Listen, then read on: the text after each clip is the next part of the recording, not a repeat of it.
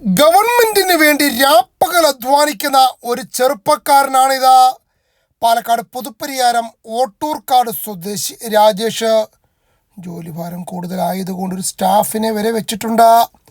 സ്റ്റാഫിൻ്റെ പേര് സുജിത്ത. പക്ഷെ പാലക്കാട് ഹേമാംബിക നഗർ പോലീസിന് ഇവരോട് അസൂയയാണ്. അല്ലെങ്കിൽ ഇവരോട് ഇങ്ങനെയൊക്കെ ചെയ്യുമോ? ഇവർ സർക്കാരിന് വേണ്ടി ചെയ്യുന്ന പണി എന്താണെന്ന് വെച്ചാൽ, ബിവറേജിൽ നിന്നും കഷ്ടപ്പെട്ട് ക്യൂ നിന്ന് മദ്യം വാങ്ങി ആവശ്യക്കാർക്ക് മിതമായ നിരക്കിൽ വിൽക്കുന്നു. അത്ര മാത്രമേ ഇവർ ചെയ്യുന്നുള്ളൂ. അതിനാണ് ഹേമാംബിക നഗർ SI സുദർശനയുടെ നേതൃത്വത്തിൽ ഇവരെ പിടികൂടിയത്.